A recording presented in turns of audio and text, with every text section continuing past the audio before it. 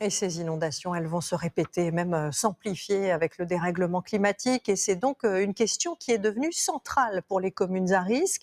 On estime qu'en France, 17 millions de personnes vivent dans des zones inondables. Mais les architectes, vous allez le voir, ont déjà trouvé des solutions très efficaces qui changent totalement notre approche de l'urbanisation.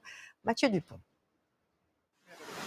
La nuit a été meurtrière à Villegayenc ce 15 octobre 2018. La force des inondations a tout emporté, le pont centenaire et des dizaines de maisons. 5 personnes ont trouvé la mort dans ce petit village de l'Aude. 4 ans après, monsieur le maire nous guide dans son grand chantier.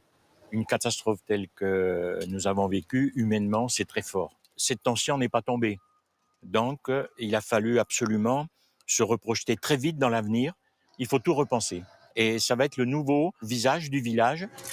Mais pas question de reconstruire comme avant. Le village aura son nouveau pont. Mais avec près de 50 mètres de long, il est 4 fois plus grand que l'ancien. La nature est plus forte que l'homme, quoi qu'on en dise. Donc, il faut vivre avec, il faut s'adapter à elle. Et lui redonner toute sa place. En accord avec le plan de prévention des inondations, il a tranché.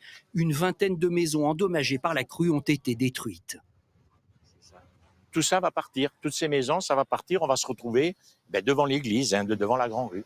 Car désormais, on est en zone rouge. Ce secteur-là va être rendu à la rivière et c'est totalement inconstructible à l'avenir.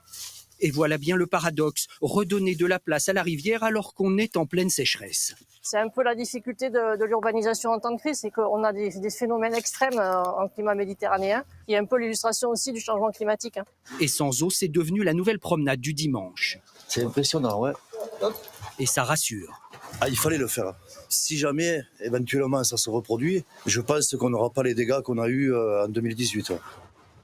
Moins violente, mais plus fréquente, l'eau monte aussi dans ce cadre bucolique des bords de l'Oise en région parisienne. L'eau est